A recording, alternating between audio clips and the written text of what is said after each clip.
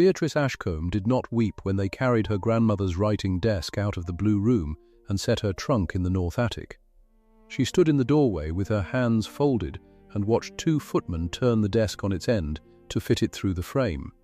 The inkwell rattled in its brass socket. A curl of dust rose off the top and hung in the morning light. She did not weep. She had decided, somewhere in the last cold week, that they would not have her tears on top of everything else. That was the first thing they took. It was not the last. By Michaelmas, her uncle Percival would stand before 60 guests in the long room at the county assembly and introduce her with a smile. "My late brother's charity," he would say, loud enough for the fiddlers to hear, and no longer even that. And while the words were still warm in the air, Lady Sybil Merrow would lean to the woman beside her and let a whisper go, and the dance floor would empty around Beatrice like water pulling back from a stone. But that came later. Before the whisper, before the emptying floor, there was one thing they did not know she carried. That night she broke the wax on the packet her grandmother had pressed into her hands 3 winters before. The one everyone in the house had called a dying woman's fancy. She sat on the floor of the north attic with a single candle, and she pulled the oilskin loose, and she began to read. If you believe quiet people read the fine print, this story is for you. Before we go on, if you are the kind of person who likes to see the meek quietly win, take 1 second and subscribe and comment the county or town you are watching from.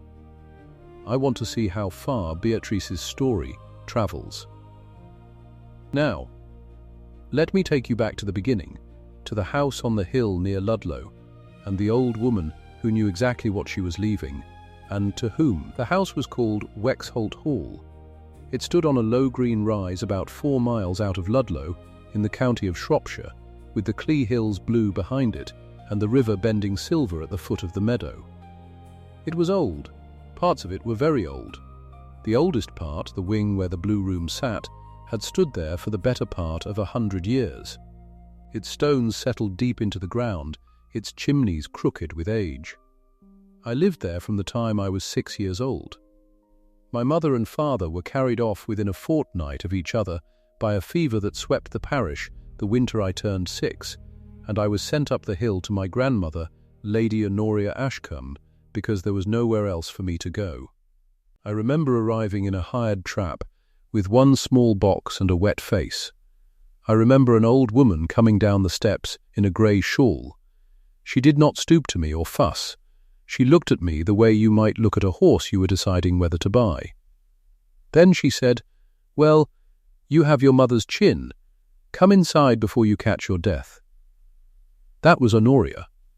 She was not soft, but she was steady, and she was fair, and in a child's life those 2 things are worth more than all the tenderness in the world.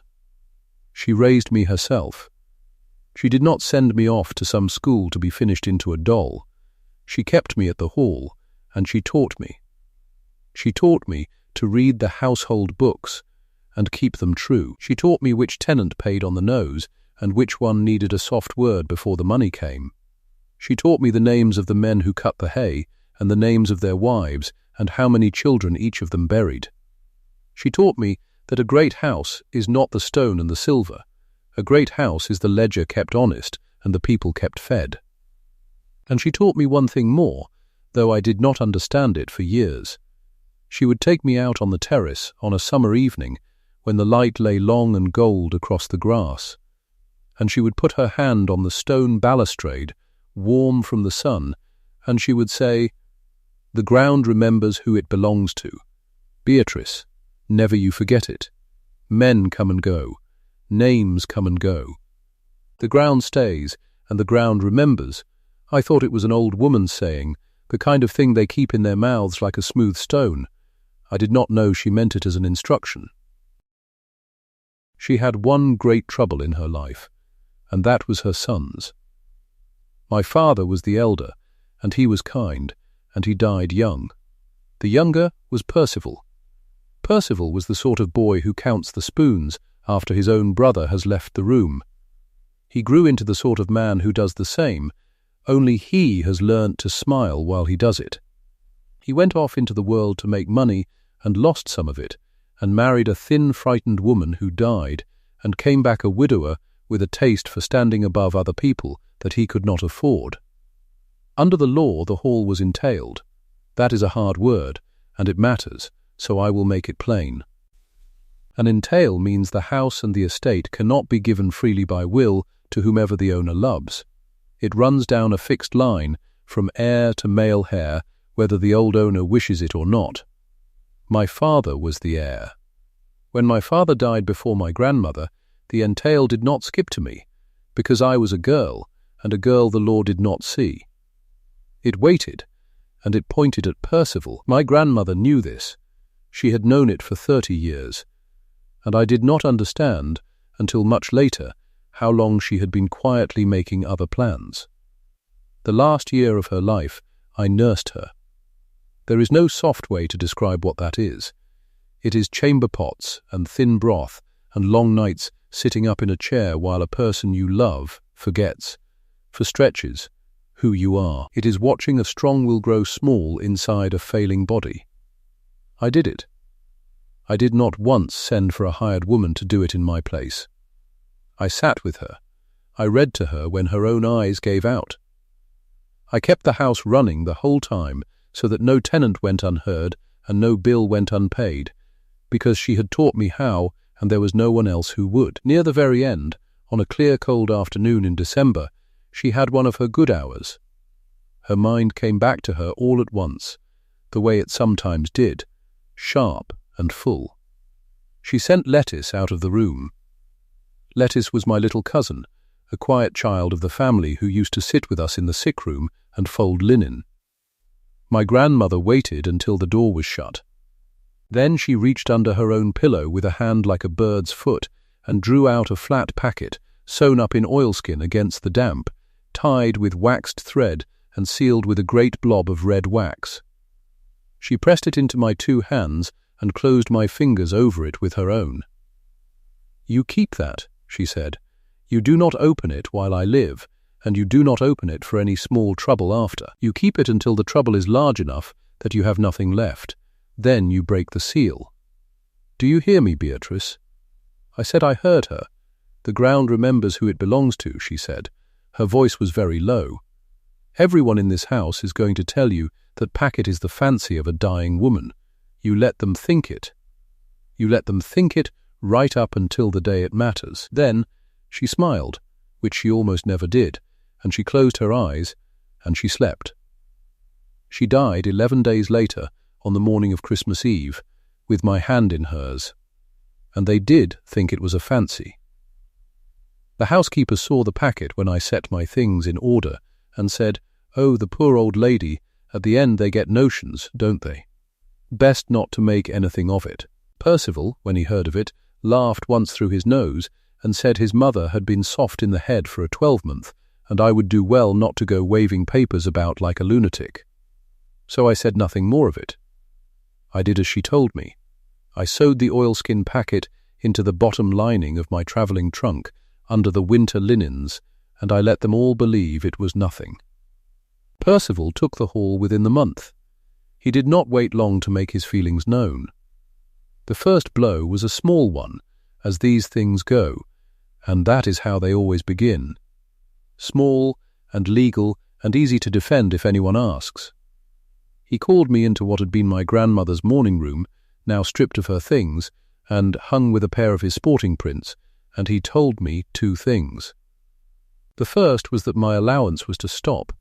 My grandmother had settled a small yearly sum on me, £40, enough to keep me in gloves and stockings and a few books, and to give a shilling here and there to a family that needed it.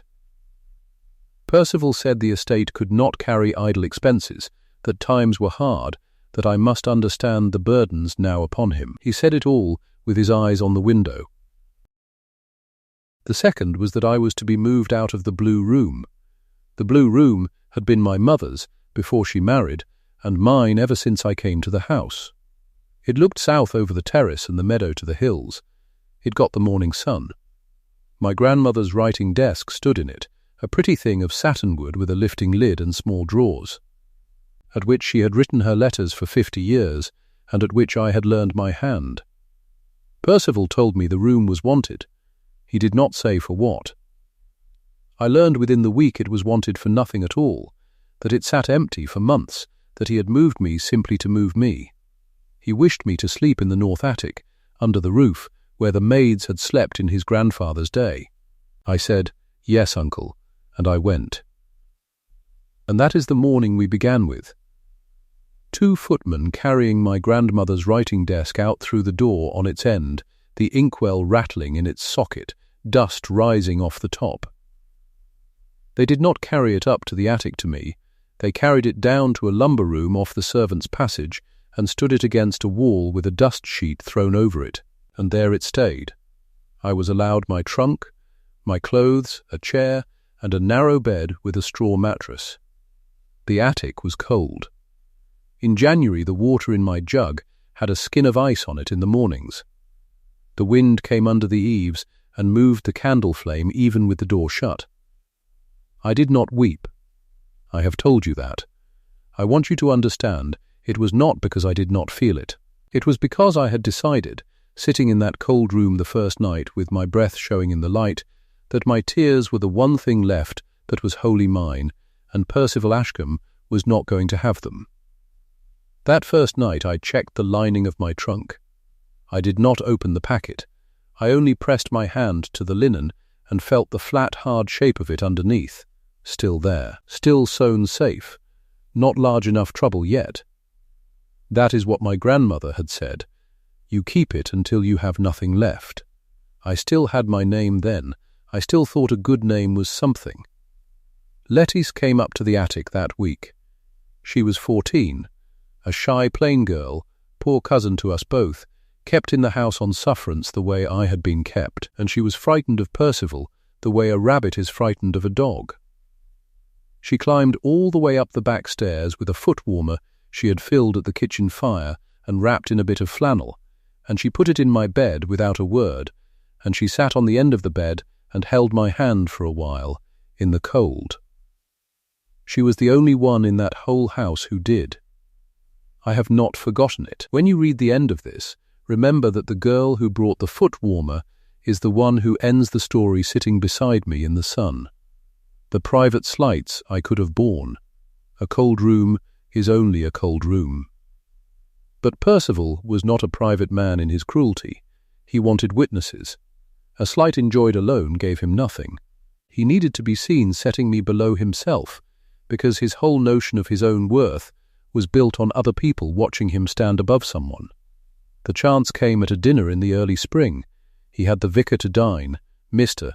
Pruitt, a soft, anxious man, and 2 of the near neighbours, the Fetterbys from the far side of the parish, and their grown son. It was the first company the hall had kept since the morning, and Percival meant to show himself the master of it. I was made to come down. That surprised me, until I understood why. At table, the places are set by rank, and there is an old phrase for it, below the salt. In the great houses of long ago they set a large salt cellar in the middle of the board. Those of high standing sat above it, near the host. Those of low standing, the poor relations, the upper servants, sat below it, at the cold end. It is only a figure of speech now, but Percival made it real. He had the salt cellar set out, a heavy old thing of tarnished silver, and he seated me below it. Below the salt, below the Fetteby's son, who was 22 and had said perhaps 6 words in his life.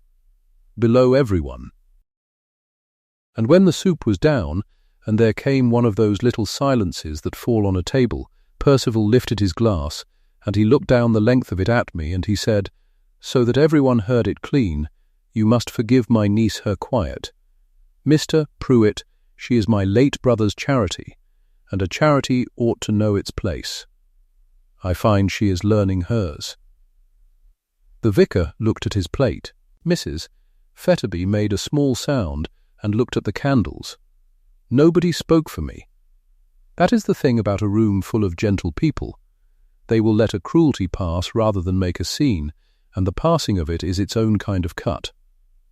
I said nothing. I sat below the salt with my back straight, and I ate my dinner as though he had complimented me, and I did not give him the flinch he wanted. But I marked it. I want you to understand that I marked every one of these things, quietly, the way my grandmother taught me to mark a column of figures. Not out of hate, out of accounting. There is a ledger for these things, whether we keep it in ink or only in the heart, and that spring the ledger against Percival Ashcombe was filling up. The great blow, the one the whole county would remember, came at Michaelmas. Michaelmas is the 29th of September, and in that country it was one of the 4 days of the year when rents fell due and accounts were squared, and it was also the season of the county assembly, the great dance held in the assembly rooms in Ludlow, where all the families of any standing came together. It was the marriage market, plainly spoken. It was where matches were made and reputations were fixed. Everyone came. That is the thing to hold in your mind. Everyone came, and everyone watched. I had a suitor then. His name was Mr. Edmund Hale. He was a well-made, well-spoken man of good property on the far side of Ludlow, and he had been calling, in the careful way such men call, for the better part of a year before my grandmother died. Even after, even with my allowance gone and my room in the attic, he had kept up his attentions, in a cooler fashion, because I had a small portion still under my grandmother's settlement, and, more to the point, I was an Ashcombe of Wexholt, and the name still meant something in the county. He measured a wife by 2 things, did Edmund: her reputation and her rent roll. I knew this about him, and I told myself it did not matter. A girl in a cold attic does not weigh her one suitor too finely. But I was not the only woman in that county with an interest in Edmund Hale, or in the precedence a good match brings. Lady Sybil Merrow wanted him. More than the man, she wanted the standing of taking him, and she wanted it without a rival in the field. And Lady Sybil was clever in the particular way of people who have never once in their lives been told no. She did not fight fair, because it had never occurred to her that fair was a thing one had to do. I did not know, that night, that she had already spoken to one of the maids, a girl called Susan, who worked at the assembly rooms and who had a mother behind on her cottage rent and 3 shillings very much wanted. I did not know there was a note, folded small, in Lady Sybil's own hand, arranging a thing. I learned all of it in time. I did not know it then. What I knew then was this: midway through the evening, in the press and the heat and the music, a message came to me by that same maid Susan, breathless, that I was wanted a moment in the little antechamber off the card-room, that it was a matter to do with my uncle. I thought nothing of it. Why would I? I went. The antechamber was small and dim, lit by 1 branch of candles. There was a man in it. I did not know him, not truly. A loose sort of gentleman down from London, whom I had seen at cards, red about the face with wine.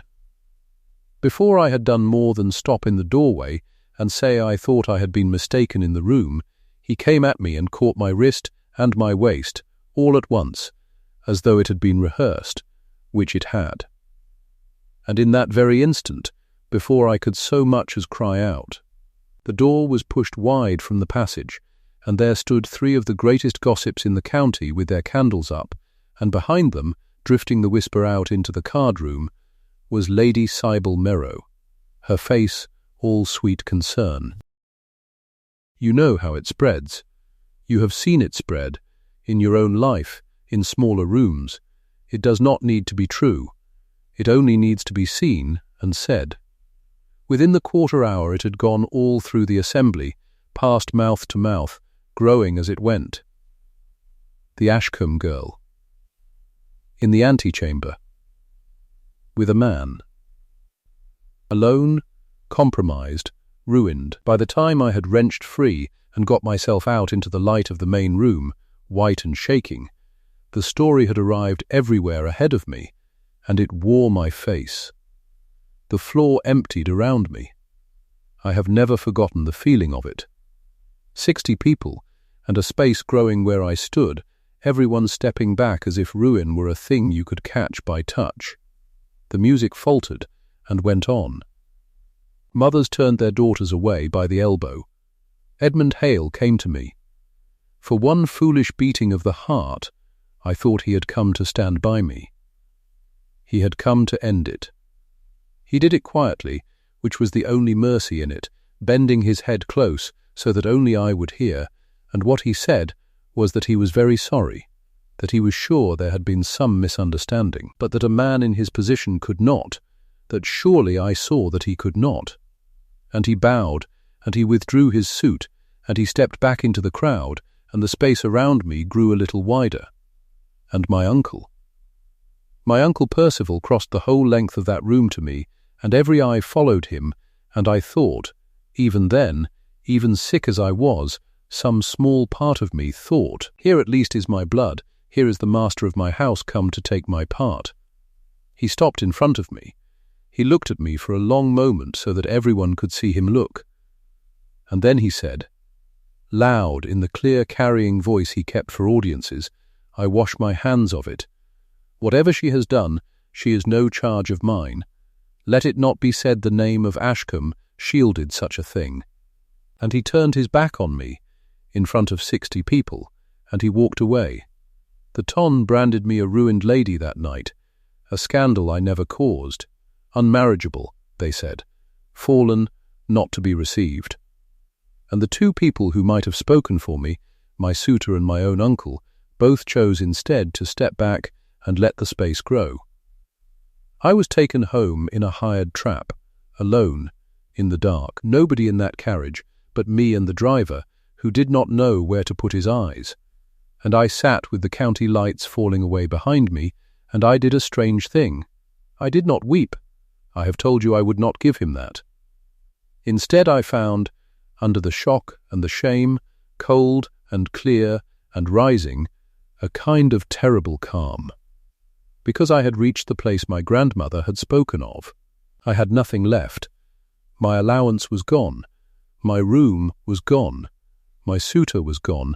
And now my name, the last thing, the only thing I had thought worth keeping, my name was gone too. The trouble was large enough at last. Percival did not even let me keep the attic. Within the week he sent word, through the steward, not troubling to speak to me himself, that my presence at the hall could no longer be countenanced, that I was to be removed to a cottage on the far edge of the estate, out past the home farm, where the land goes to rough grazing, and the wind comes off the hills unbroken. A tenant's cottage, 2 rooms, a fire that smoked. He put it about that he was being generous, that many a man would have turned such a niece into the road, and that his charity, even to one who had disgraced him, was the mark of a Christian gentleman. So I was moved a second time. My trunk went with me on the back of a farm cart. Lettice walked beside the cart the whole way out, in the cold, and helped me carry my few things in, and swept the hearth for me, and would have stayed if she dared. She did not dare, but before she went, she put her arms round my neck, the child, and she said into my ear, fierce and low, "It is not true, Beatrice, I know it is not true. Whatever they say, I know you." And then she ran back down the lane before she was missed. I stood in the door of that cottage and watched her go small in the dusk, and then I turned inside, and I shut the door, and I lit the one candle, and I knelt down at my trunk, and I began to unpick the stitches in the lining. My fingers were clumsy with the cold, and I had only a small pair of scissors, but I worked the threads loose one by one, and I drew out the flat oilskin packet, sewn safe all this time, the red wax hole. I sat down on the floor with my back against the bed and the candle beside me on the boards. I held the packet in both hands the way she had given it to me, and I thought of her closing my fingers over it. You keep it until the trouble is large enough that you have nothing left. Then you break the seal. I broke the seal. The wax cracked and fell in red pieces onto my lap. The oilskin unfolded stiff, and inside it there were papers, several papers, thick and folded, and they smelled of my grandmother's cedar chest, and my throat closed at that, at the smell of her, more than at anything that had happened at the assembly. I had not wept for Percival, I nearly wept for the smell of cedar. But I held it, and I unfolded the papers, and I turned them to the candle, and I read. I read them 3 times before I understood what I was holding. And when I understood, I sat very still on the floor of that cold cottage, and the wind came off the hills and moved my candle, and I did not move at all. The uppermost paper was a letter in her own hand, her strong old-fashioned hand that I would have known anywhere. "My dear Beatrice," it began. "If you are reading this, then things have gone as I feared they might, and the trouble has grown large, and you have nothing left. Good. Now you may have this. I have watched you these many years, and I know your temper. You would have spent this too soon, on some small hurt, to make a point. It is not for making points, it is for the end, when they are certain, all of them, that you have nothing. That is when a thing like this is worth the most. That is when you use it. You will remember I always told you the ground remembers who it belongs to. I did not tell you why I said it so often. I am telling you now. Wexhold Hall is not what they think it is. The house stands, and the entail carries it down to Percival, and he thinks himself master of it all. He is master of the stones. He is not master of the ground beneath them. The ground beneath Wexhold Hall was never part of the entail. It came to me through my own marriage settlement, my father's gift, held to my own separate use, mine to give as I chose. And I have chosen. The enclosed deed conveys the freehold of that ground, out and out, to you. It is done properly. It is registered at the county. It cannot be undone. Read the rest with Mr. Wren, he knows. He has known for years. Trust him and no one else. And Beatrice, when the day comes, do not scream at them, do not weep at them, do not stoop to be cruel, for cruelty is what they will expect, and it is beneath you and beneath me. Simply own what is yours, and let the law do the rest. The quiet ones read the fine print, child. We always have. Your grandmother, Honoria Ashcombe. I set the letter down on my knees. My hands were not quite steady. Under it was the second paper, and the second paper was the deed itself. It was a formal thing, engrossed on heavy parchment, crabbed and full of the law's long words, and it took me a long while, that first night, to pick the sense out of it. But the sense was there, and it was plain once you had it.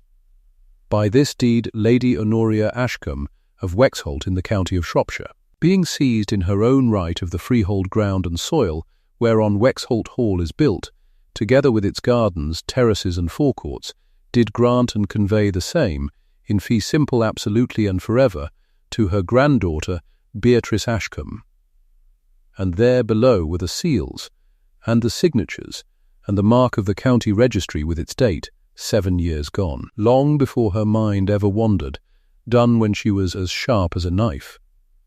The ground beneath the hall was mine. Not the house. The ground. Every stone of Wexhold Hall stood on soil that belonged, in law, to me. And there was a third paper, folded with the deed, older than the deed, its ink gone brown. This one I understood least of all that night, and it was the one that mattered most. It was the ancient lease. When the ground and the house had first been parted, long ago, in an arrangement I did not yet grasp, the house had been let to stand on the ground under a building lease. 99 years it ran for, and in return for the ground it stood on, the holder of the house was bound to pay to the holder of the ground a yearly sum. A ground rent, £180 every year on the quarter days. I ran my finger down the brown ink to the figures set out at the foot, and my finger stopped, and my breath stopped with it. The ground rent had not been paid in 23 years, not once in 23 years, since some steward's carelessness in my grandmother's later life had let it lapse, and no one living at the hall had ever thought to ask why a sum was owing on their own house, or to whom. 23 years of £180, mounting and mounting, owed by the hall to the owner of the ground. owed by Percival now to me. And there was one line more at the very bottom of that old lease, in the crabbed hand of some long-dead lawyer, and I read it, and I read it again, and I felt the whole cold cottage go very quiet around me. A clause. What the law calls a clause of forfeiture and re-entry. It said in the law's heavy way that if the ground rent should fall into arrears and remain unpaid, the owner of the ground might declare the building lease forfeit and re-enter and take the ground as her own free of the lease altogether. The house's whole right to stand where it stood rested on the paying of that rent, and the rent had not been paid in 23 years. I sat on the floor until the candle guttered low. I did not weep, and I did not sleep, and I did not then feel any leap of triumph. What I felt was something slower and deeper, like the ground itself settling.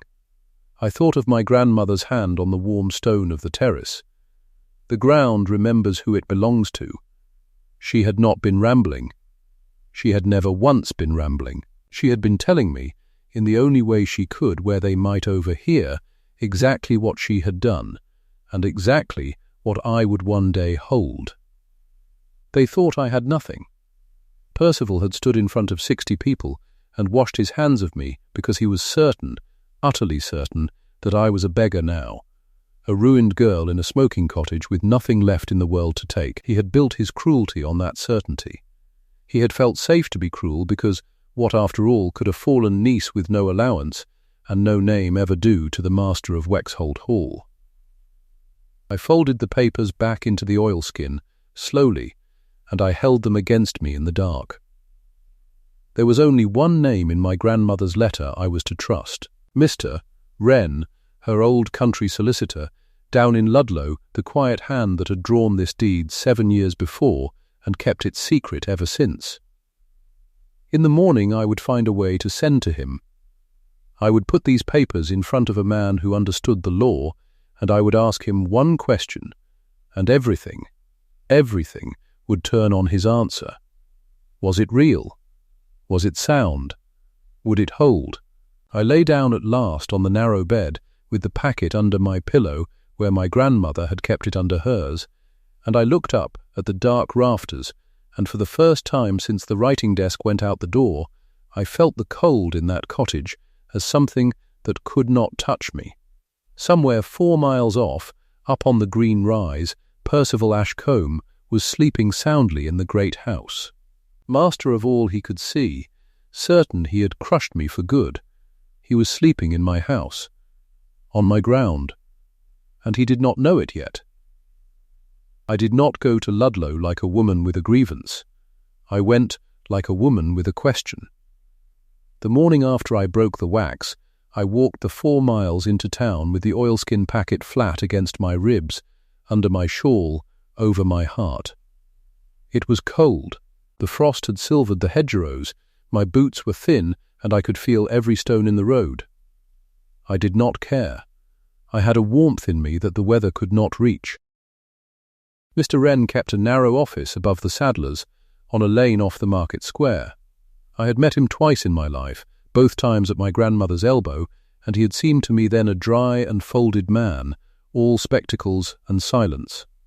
He looked much the same when his clerk showed me in. Older, a little more stooped. But when I laid the papers on his desk and he saw my grandmother's hand on the letter, something moved in his face that I had not expected. He sat down slowly. He put on his spectacles. He read the letter first, and then the deed, and then the lease, and he did not hurry over any of it. The clock ticked. His clerk brought tea that went cold at my elbow. I watched an old solicitor read 4 sheets of paper for the better part of an hour, and I did not speak a single word, because I knew that everything I had left in the world was being weighed on that desk. At last he took off his spectacles and folded them. He looked at me. "Miss Ashcombe," he said, "do you understand what you have brought me?" "I think I do," I said. "I want you to tell me if I am wrong." "You are not wrong." He tapped the deed with one finger.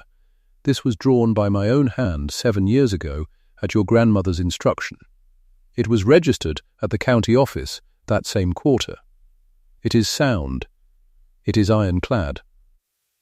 The ground beneath Wexholt Hall, the very earth the house stands upon, was your grandmother's, held free and clear through her marriage settlement, wholly separate from the entail your uncle inherited, and she gave it to you. To you alone, in fee simple. It is yours. I had believed it, up in the cottage, in the dark, with my heart running ahead of my reason. It was another thing to hear it said flatly by a man of law across a desk. I found I could not speak. I looked down at my cold hands. "There is more," he said, "and it is the part your uncle will like least of all. Will you hear it?" Every word. He drew the ancient lease toward him. When the hall was built, the better part of 100 years ago, the man who raised it did not own the ground. He took a building lease, 99 years, to run, with a rent to be paid each year to the owner of the land for the privilege of standing upon it. £180 a year. A ground rent. He looked at me over the papers. That rent has not been paid in 23 years, Miss Ashcombe. Not once since your grandmother let it lapse in her ledgers out of pure kindness. Nobody has thought of it. Your uncle certainly has not. He believes the ground is his because the house is his. It is a common mistake, and an expensive one. 23 years, I said, at £180, better than £4,000 in arrears. He said it without a flicker. And there is a forfeiture clause. Should the rent fall into arrears and go undemanded and unpaid, the owner of the land, that is you, may re-enter and treat the lease as forfeit. The house does not fall down, you understand, but the right to occupy it, the leasehold, ends. It reverts to the freeholder. I sat very still. "There is a last thing, Mr. Wren said, and you should know it because it changes everything about how this must be done. Your uncle has mortgaged the hall. He is deep in debt. The whole county half knows it, and he borrowed heavily against the estate from a lending house. The Trentham Credit Company. A Mr. Loam handles their business hereabouts. Now attend to me closely, Miss Ashcombe, for this is the whole of it." He leaned forward. "A man can only mortgage what he owns. Your uncle does not own the ground. He owns a leasehold interest in a house that sits upon your land. That is all the bank has as security. That leasehold. And a leasehold that stands forfeit for 23 years of unpaid rent is worth exactly nothing. The moment that lease is declared forfeit, the bank's security turns to air in their hands." I understood him. I understood him completely, and it was so quiet and so total that I felt almost frightened by it. "So," I said slowly, "if I forfeit the lease, my uncle does not merely lose the house."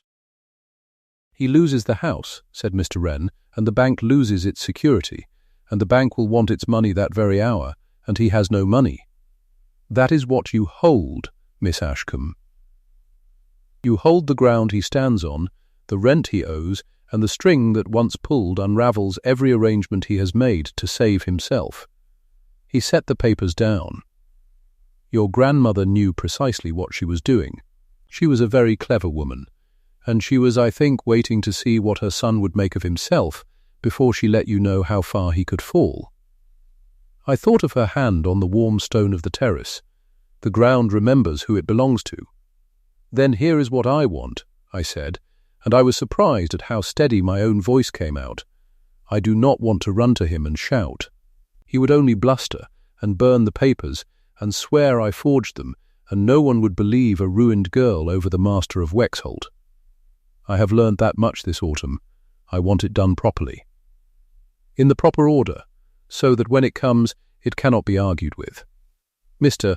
Wren looked at me a long moment, and I saw a kind of respect settle into his old face. "Tell me your order then," he said. "Lodge my freehold at the county registry. Make it a matter of public record, past any denying. Draw up the formal demand for the ground rent, every quarter of it, 23 years of it, correct to the shilling. And find me, quietly, so no word reaches the hall, the terms of my uncle's mortgage with the Trentham Company. When it falls due, what he has promised them. I want to know the ground before I stand on it. That last will take a little doing. Then let it take a little doing. I have waited this long, I can wait until it is right. He wrote it all down in a small hand. When he had finished, he looked up. And your uncle? He is to know nothing? Nothing at all, I said. Let him go on being certain. His certainty is the only thing I need from him. So it began, and I want you to understand what it cost me, because the waiting was the hardest part, and no one who has not done it knows how hard. For the whole of that autumn and into the winter, I did nothing that anyone could see. I lived in the tenant's cottage on bread and small economies. I mended my own clothes. I walked into Ludlow and back, and I held my head up, and I said good morning to people who had once dined at my grandmother's table and who now looked through me as though I were made of glass. That was the strategic silence, though I had no such grand name for it then. I called it, in my own heart, keeping my counsel. There were slights. Of course there were slights. I met Lady Sybil Merrow twice in the town, and both times she swept past me with a small pleased smile, as a cat smiles, and once she said to the woman beside her, just loud enough, "The Ashcombe girl. Such a pity." But these things will out. And I said nothing. I curtsied to her even. I gave her a plain civil curtsy in the middle of the market square, and I watched her enjoy it. And I thought, enjoy it. Enjoy every last drop of it.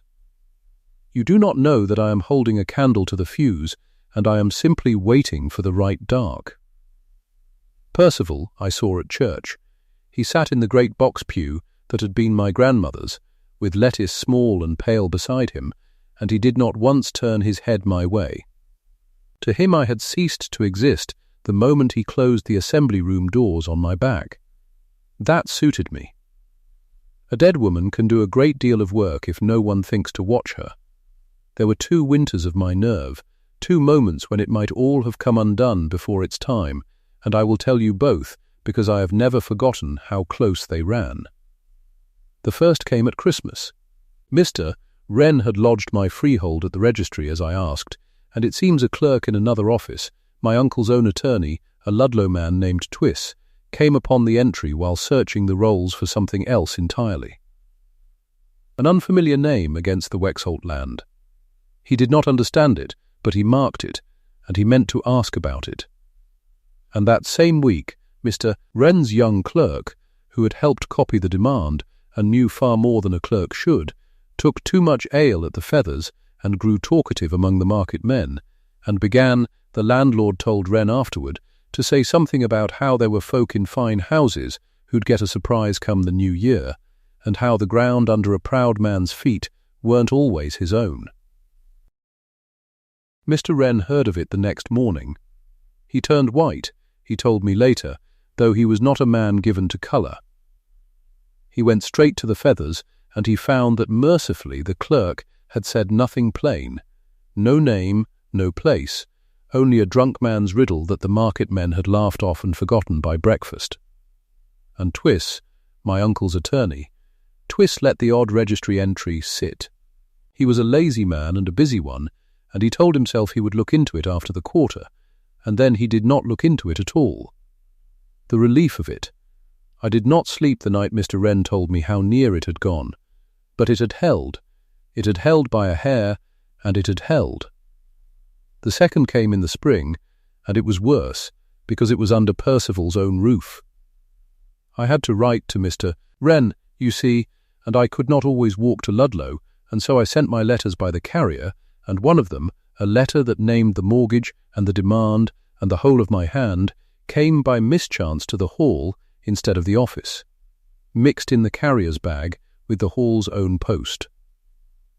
It was set on the salver in the front hall with the rest, and Percival's man was carrying it up, and had I not had one friend left in that house, I do not know what would have become of me.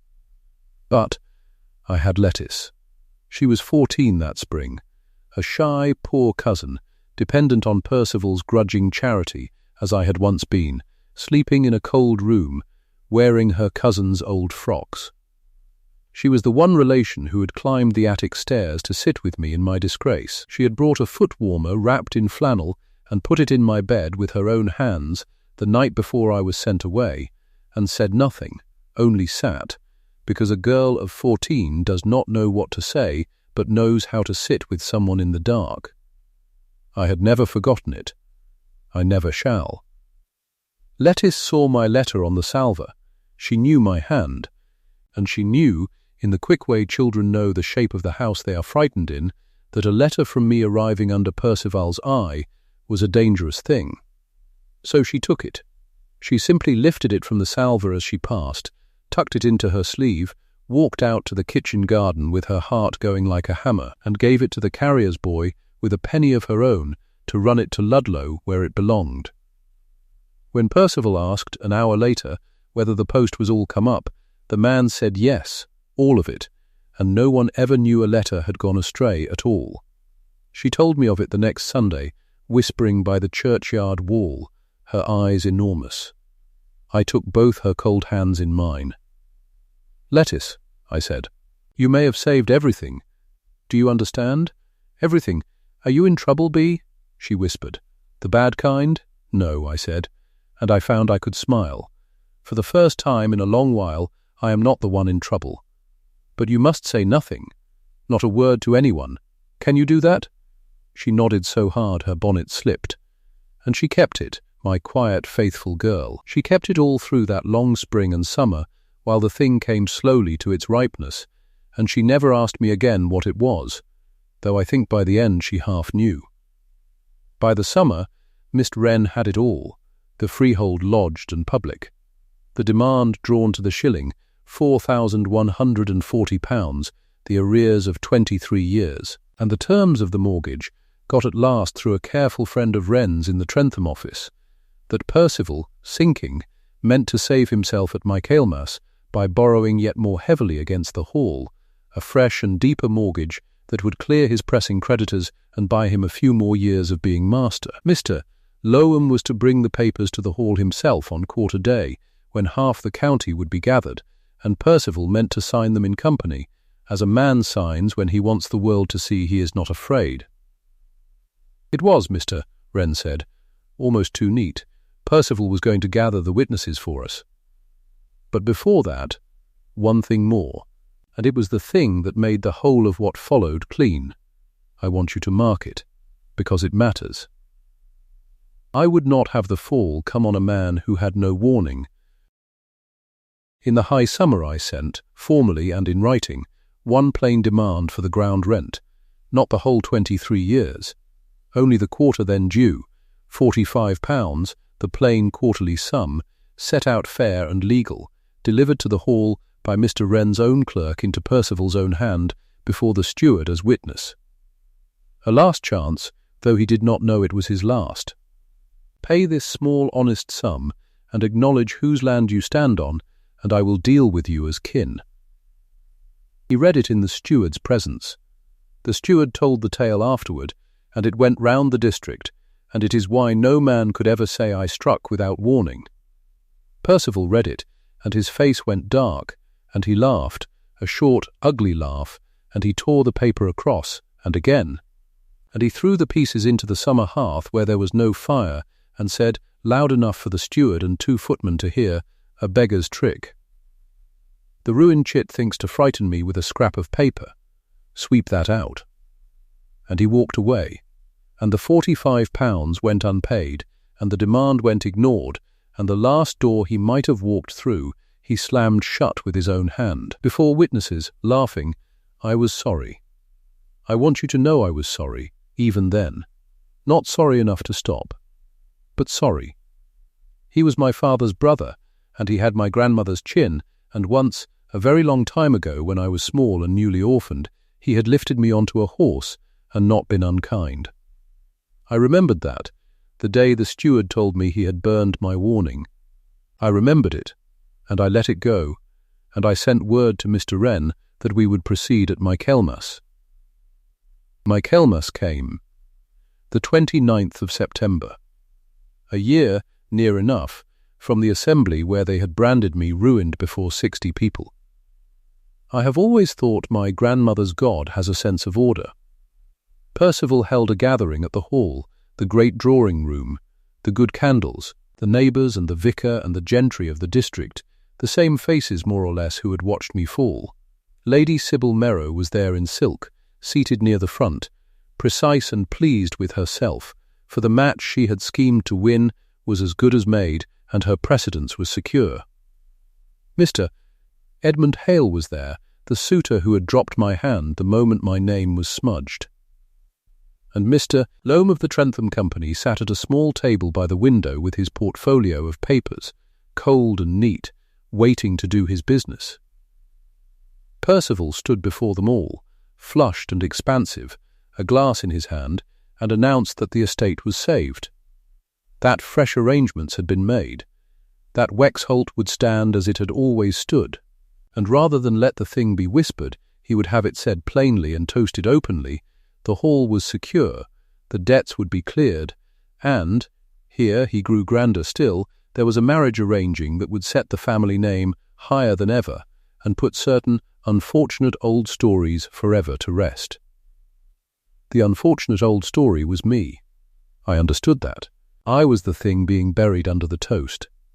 He signed.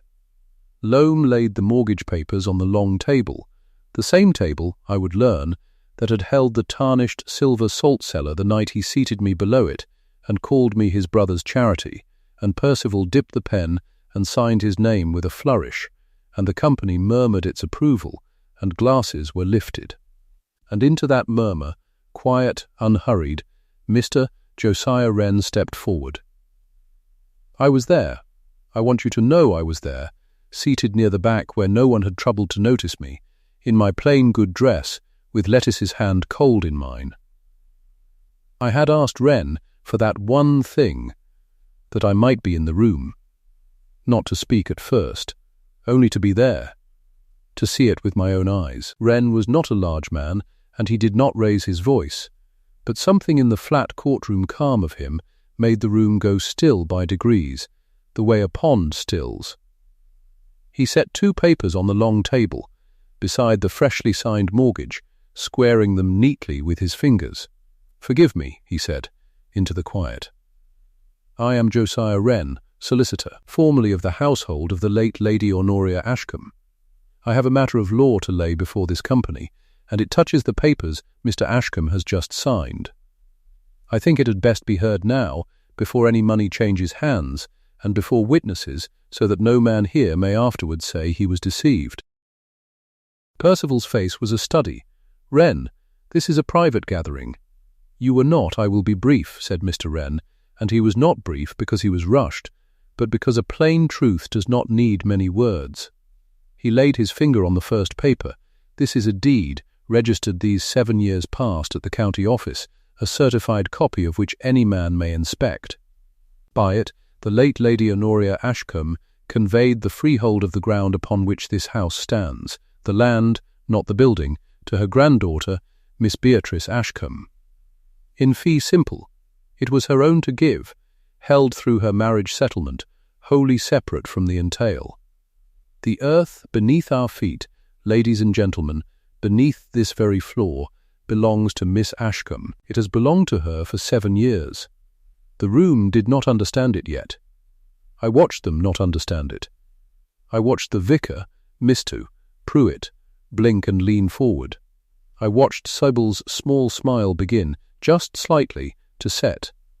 This house, Wren went on, and he touched the second paper, stands upon that ground under an ancient building lease. 99 years, at a ground rent of £180 by the year, owed to the owner of the land. That rent has gone unpaid for 23 years. A formal demand for it was delivered into Mr. Ashcombe's own hand this summer, before his steward, and was, I have the steward's word, and he is here, torn up and burned, unpaid. The lease carries a forfeiture clause. On such non-payment, the freeholder may declare the lease forfeit and the leasehold at an end." He paused and let it land. It is my duty to inform this company that Miss Ashcombe has this day so declared. The building lease is forfeit, and the interest which Mr. Ashcombe has, 1 minute since, mortgaged to the Trentham Credit Company, is a forfeited leasehold. Which is to say, with respect to Mr. Loam, who did not know it, nothing at all, you could have heard a candle gutter. And then I stood.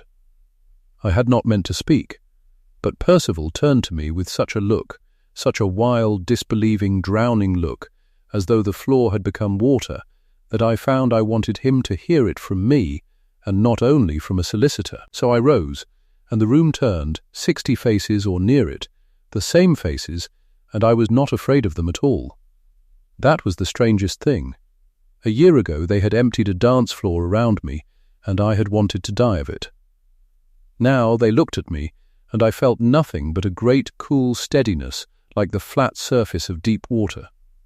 I did not raise my voice either. I had learnt that from Wren, or perhaps from my grandmother, who never once in my memory had to shout to be obeyed. The house has stood 99 years upon my grandmother's land. Uncle, I said. It seems only right that it should begin to pay its rent. Nobody spoke. Percival's mouth worked and made no sound. It was Mr. Loam who moved first. I have thought since that there is nothing in the world so cold as money when it turns. He drew the mortgage papers back across the table toward himself, unhurried, and he opened his portfolio, and he took out the certified copy of the deed that Wren slid to him and read it through twice with a face like a shut door. Then he closed the portfolio with a small precise click that was somehow the loudest sound in the room. Mr. Ashcombe, he said, if what this gentleman states is correct, and the registry will tell me within the hour whether it is, then the security against which my company has lent you money does not exist. You have mortgaged an interest you do not hold. He drew on his gloves, one finger at a time. The loan is void. It will not be advanced. And I must tell you further that the Trentham Company will call in the earlier sums you owe us, in full and at once. We do not lend against air, sir. Good evening. He rose. He bowed to the room in general, and to me in particular, a small, correct, calculating bow, for he had grasped in half a minute exactly who now held the ground and meant to be on the right side of it, and he walked out. The bank had turned upon its own client between one breath and the next. Percival found his voice then, and it came out too loud, cracking at the edges. It is false, he said. The deed is false. My mother would never. It is a forgery. A wicked forgery. The girl has cheated. It is not false, said Mr. Wren, and he laid down, quietly, the certified copy under the county seal, and beside it a letter.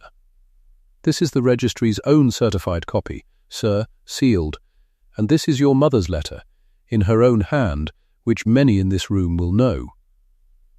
She writes of exactly what she did, and why, and she names you in it. You may read it. They may all read it. Percival did not read it.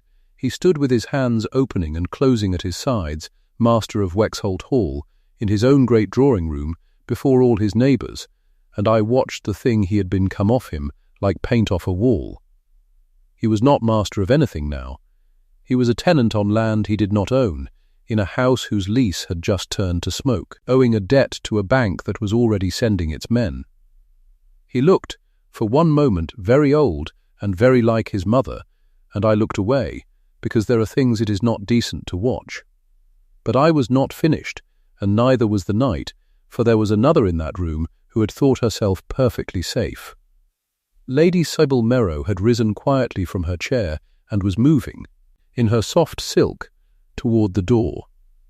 She had understood, I think before Percival did, which way the wind had come round, and she had no wish to be in the room when it was fully known. Lady Sybil, said Mr. Wren, and she stopped as if a hand had been laid on her. One moment more, if you please. There is a second matter, and it concerns you. He nodded, and a plain woman in a maid's cap was brought forward from the back of the room, twisting her apron in her hands. I knew her. It was Susan, the maid from the assembly rooms, the one who had come to me a year ago with a whispered false message and drawn me down the corridor to that antechamber where a man had been waiting, and the door had been opened at just the right moment for just the right eyes to see. Mr.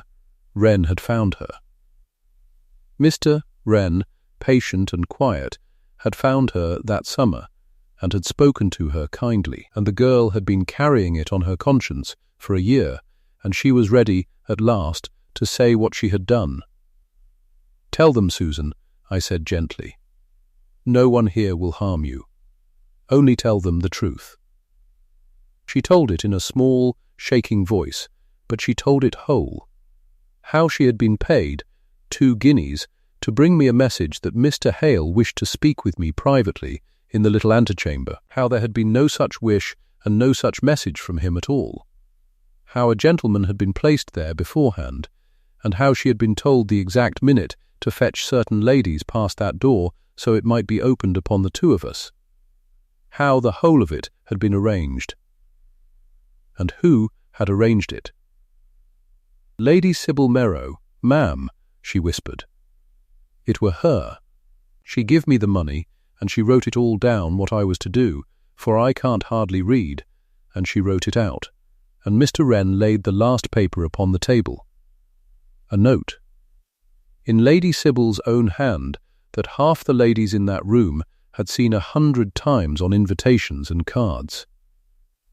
He read it aloud, every line, the instructions, the timing, the 2 guineas promised, in his flat, unhurried voice, and every word fell into that silent room like a stone into a well.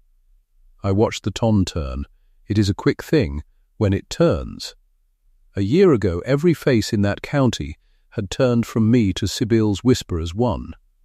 Now they turned again, the same faces, the same soft cruel appetite, and this time it was Sybil they fixed upon, Sybil going white to the lips by the door.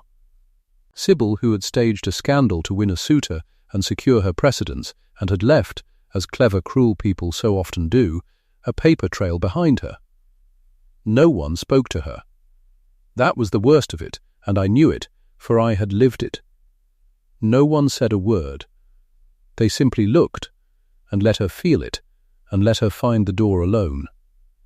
She left the county before the month was out. I never saw her again, which leaves Mr. Edmund Hale, and I confess I take a small unworthy pleasure in this last one still. He had watched all of it from his chair, and I had felt his eyes on me changing through the evening, as a barometer changes before weather. When Wren spoke the word freehold, when Loam bowed to me, when it became plain past all doubt that the ruined girl was in fact the ground landlord of Wexholt Hall and everything that stood upon it. Mr. Hale's face went through a most educational series of adjustments, and at the end of the evening, as the company was breaking apart in low astonished murmurs, he crossed the room to me, and he bowed over my hand as he had not troubled to do in a year, and he began, in a warm and pressing voice, to speak of misunderstandings, and of how he had never for a moment truly believed the scandal, and of how his regard for me had never altered, and of whether I might permit him to call, to renew what had been so cruelly interrupted. I let him finish. It seemed only courteous, since I meant to enjoy it. "You measured me by my name once, Mr. Hale," I said, the moment it was smudged. "I find, on the whole, that I prefer to be measured by my deed." And I drew my hand back, and I turned to lettuce, and that was the end of Mr. Edmund Hale. Now I will tell you the thing that surprised the county most of all, and it is the thing I am proudest of, though it looked to some like weakness. I did not turn them out. I could have. It was mine to do. I held the ground, the lease was forfeit, the law was a sword in my hand, and every soul in that room knew it. I could have put Percival Ashcombe and little Lettice and the whole household onto the Ludlow Road with their boxes by the week's end, and no court in England would have lifted a finger to stop me, and there were those who thought I should, who thought it was owed, who would have relished it. But I had watched cruelty done from the top of a great house all that year, and I had learned exactly what it looked like, and I had promised myself, up in the cold cottage the night I broke the wax, that whatever I became, I would not become that. So a week later, I sent Mr. Wren to my uncle with an offer, and it was a fair one, and I meant every line of it. He might stay. He might remain at Wexholt as my tenant, under an honest lease, at a fair quarterly rent, with a true accounting of the estate rendered to me each year. The master made tenant. The hierarchy turned exactly over, quietly, without a raised voice, without a family put on the road. He could keep his roof and his neighbours, and what dignity a man may keep who has been shown the size of his own mistake, but he would pay his rent. On my ground. To me. He took it. What else could he do? He signed my lease at the same long table where he had once seated me below the salt, and I am told his hand shook, and I was not there to see it, for I did not wish to see it. Some victories do not need a witness. That was a year ago, near enough. And now I am at Wexholt Hall. The Blue Room is open again, my mother's room, that Percival turned me out of, with its windows over the terrace and the long autumn light coming in gold across the floor. My grandmother's satinwood writing desk stands in it once more, back from the lumber room where it had sat under a dust sheet, and I keep her letter in it, in the little drawer, and sometimes on a quiet afternoon I take it out and read her hand again. The ground remembers who it belongs to. She knew. She knew for 7 years what her son would do and what I would need, and she armed me and said nothing, and let it wait, folded in oilskin, until the day I had need of it. The rent comes in each quarter, and I do not spend it on silks. It goes back into the ground it came from, the drains mended, the roof made sound, the orchard my grandmother loved brought back from ruin, the tenants' cottages, my cottage among them, made warm. The estate is better kept now than it has been in 30 years, and it is not cruelty that keeps it so. It is ownership. There is a difference, and I have had a year to learn it. Lettice lives with me. She is 15 now, and there is colour in her face, and she has her own room that is never cold, and she will have a portion when she marries, a true one, from land that is honestly mine to give. She sits with me most evenings by the fire, as she once sat with me in the attic when I had nothing, and neither of us often speaks of that year, but it is between us. Warm as the foot-warmer, she once wrapped in flannel and slipped into my bed. Percival pays his quarter-day rent on time now, every quarter, to the shilling, the man who called my demand a beggar's trick. We are civil when we meet. I have never once thrown it in his face, and I never shall, for a thing does not need saying that both parties know to the bone. He came to me in the spring and tried in a stiff, proud way to speak of reconciliation, of forgetting, of family, and I gave him tea, and I was gentle with him, and I did not gloat, and I did not pretend either. Some ledgers do not close, they only, in time, stop being read aloud. Lady Sybil Merrow, they tell me, has left the county for good, and does not show her face in this part of the world. And Mr. Edmund Hale married a girl with a large fortune, and by every account that reaches me is not happy, having got exactly the thing he measured by. I confess I do not grieve for him. I did not weep the day they carried my grandmother's writing desk out of the Blue Room. I remember I promised myself I would not, and I did not. And I did not weep the day it came back, though it would have been permitted then, and no one would have thought the less of me. I only stood in the doorway a long while in the gold light, and put my hand flat on the warm wood of it, the way she used to lay her hand on the warm stone of the terrace, and I said, very quietly, so that only the empty room could hear, "There. You see." It remembered. And that is my whole story, from the day they called me ruined to the day the house began to pay its rent. Wherever you are watching from, and I should truly love to know your county or your town, so tell me in the comments below. I hope you will remember the quiet lesson my grandmother left folded in oilskin under a pillow. The loud ones take the house, but the quiet ones, the patient ones, the ones who read the fine print to the very last line, We own the ground it stands on.